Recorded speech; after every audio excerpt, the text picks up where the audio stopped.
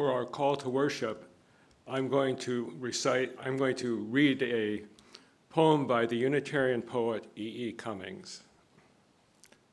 Let it go, the smashed word broken open vow, or the oath cracked lengthwise. Let it go, it was sworn to go. Let them go, the truthful liars, and the false fair friends, and the boths and neithers. You must let them go, they were born to go. Let all go, the big, small, middling, tall, bigger, really the biggest, and all things. Let all go, dear. So comes love.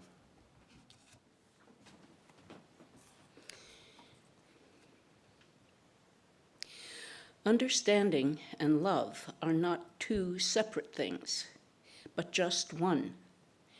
To develop understanding, you have to practice looking at all living beings with the eyes of compassion.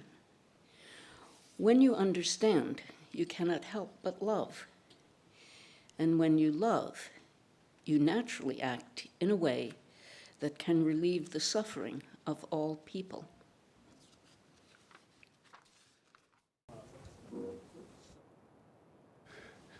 Part of this service is about, if you haven't figured out, this service is about joy. I will just note that right now. And what I have here are what techniques can we do to bring joy into our life, to relax, etc. And certainly there are a lot of them, and I certainly can't cover all of them. But I wanted to cover just a few short meditative poems, and they're all by Thich Nhat Hanh. And so the first of these is, he's managed to do it in 8 words, and I think that's remarkable. And all of these alternate between in-breath and out-breath. So as you listen to me, could you follow as best you can on that? And I will try to do it slowly, because obviously I could recite 8 words very quickly, but it won't help. So the first one, in, out, deep, slow, calm, ease, smile, release, in, out, deep, slow, calm, ease, smile, release, in, out, deep, slow, calm, ease, smile, release. And the next one has a few more words, and I won't do the last one because it's an abbreviation of this one we're going to do right now. We'll leave that to you. Breathing in, I know I'm breathing in. Breathing out, I know I'm breathing out. Breathing out, I feel fresh. Breathing in, I'm sorry, I missed this. Breathing in, I see myself as a flower. Breathing out, I feel fresh.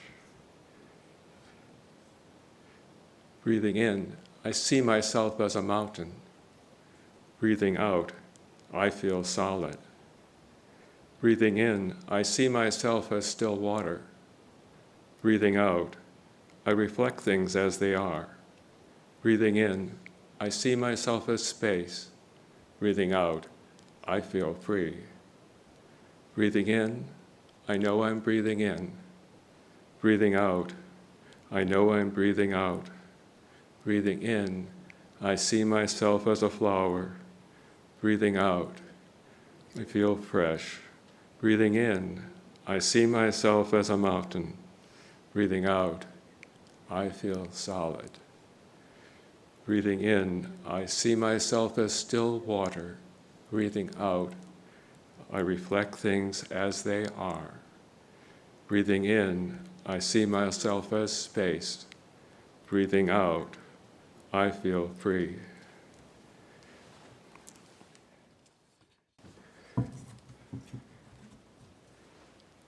Has anyone here ever heard of or is a fan of Ursula K. Le Guin? Ah, good. I had this lingering fear while I was preparing that I was alone in the world. But if so, have any of you read her coming-of-age novel, A Wizard of Earthsea? Ah, very good, yes. And I want to talk about the book, but of course I don't want to reveal the plot. Just a little tricky, but I think I can do it. At the beginning, it is revealed that this is a story about the wizard Ged, taking place well before he did the great deeds that everyone knows about. Raised in bitter poverty and whose talent is noticed early, he is sent to wizard school on the island of Roke. When he meets the master of the school, he feels like a word spoken by the sunlight. In a moment of foolish pride, he performs great harm, setting an evil creature loose in the world. I will not reveal how this is resolved, but I will say that the key to resolving it is for Ged to discover who he really is. Having said this, I will say that our key to joy is discovering who we really are. I will return to this at the end. I have taken this sermon in large part from Thich Nhat Hanh's last book, Zen and the Art of Saving the Planet. I recommend this book to anyone committed to working on the challenges facing us. This leads to a very important question. In difficult times, is joy not a luxury? Are we not living in dire times when we must get serious and put all the resources into fighting the rising forces of darkness? Thich Nhat Hanh's answer is no. Joy is essential if we are to save the planet. I will quote from his book. Bodhisattva Samantabhadra is the bodhisattva of great action.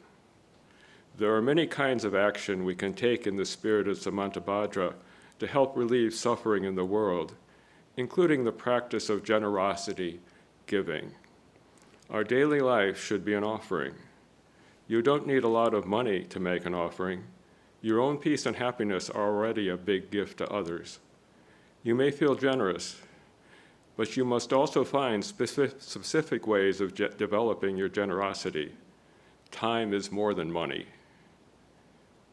Time is life. Time is for being deeply present with the other person. Time is for bringing joy and happiness to others. Your presence, your way of being, is what you offer every minute, every hour of the day. Samantabhadra is not an abstract figure. Samantabhadra is flesh and bone all around us. Samantabhadra is there in each one of you who is doing something to bring relief to people around the planet. Even in my own community, I see many bodhisattvas working tirelessly to help others, and I feel very grateful to them. Some are young, some are less young. They are all arms of the bodhisattva of great action. When we help, we don't feel forced to do it. We're glad to do it. Our practice is to live our daily life in such a way that every act becomes an act of love.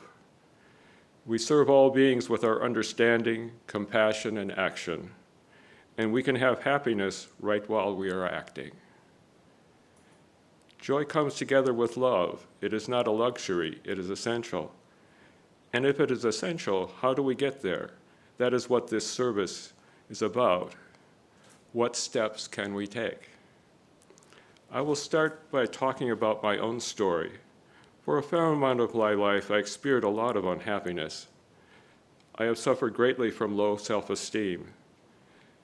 There was a time when the only birthday card I thought was sincere was from my life insurance agent.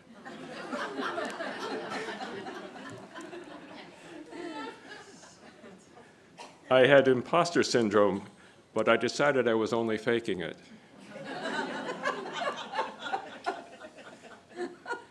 I searched extensively for ways to be less miserable, and the first thing I recall helping was a book by a woman named Leslie Hazelton with the title, The Right to Feel Bad, Coming to Terms with Normal Depression. Immediately after reading this title, I felt better. I did not even need to read the book. I see two reasons for this. The first was that it gave me permission not to feel bad about feeling bad. The second is that the fact that it is a right presupposes that it is a choice. And if I have a right to feel bad, I must also have a right to feel good. And it seems only reasonable, just a moment, to feel good. By the way, Hazelton makes an important distinction here. She is not talking about the various forms of clinical depression, which are serious diseases and need the help of professionals. And there's an important point to be made here as well. It is not the goal to feel joy all the time. To feel joy, we must feel all the other feelings in their time and in their place. They are important signals. Consider pain.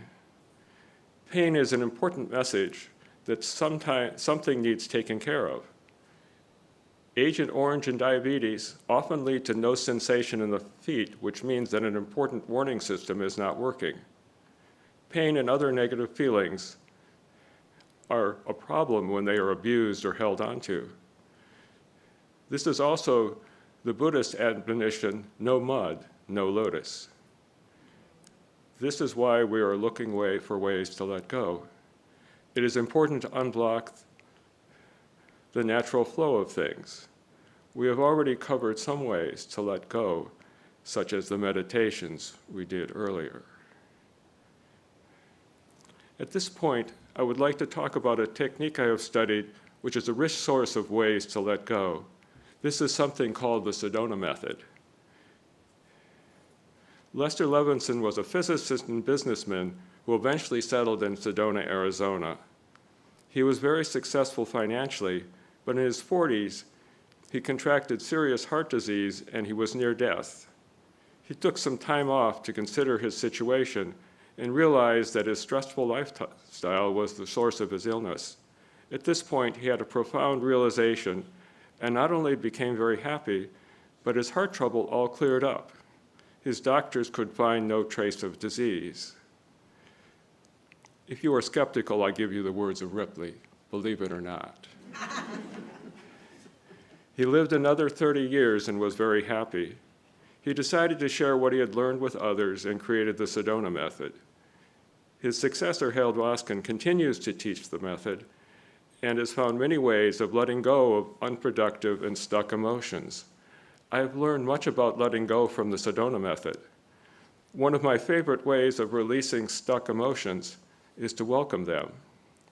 The idea is that once their purpose is acknowledged, they are free to go, and the natural flow is restored.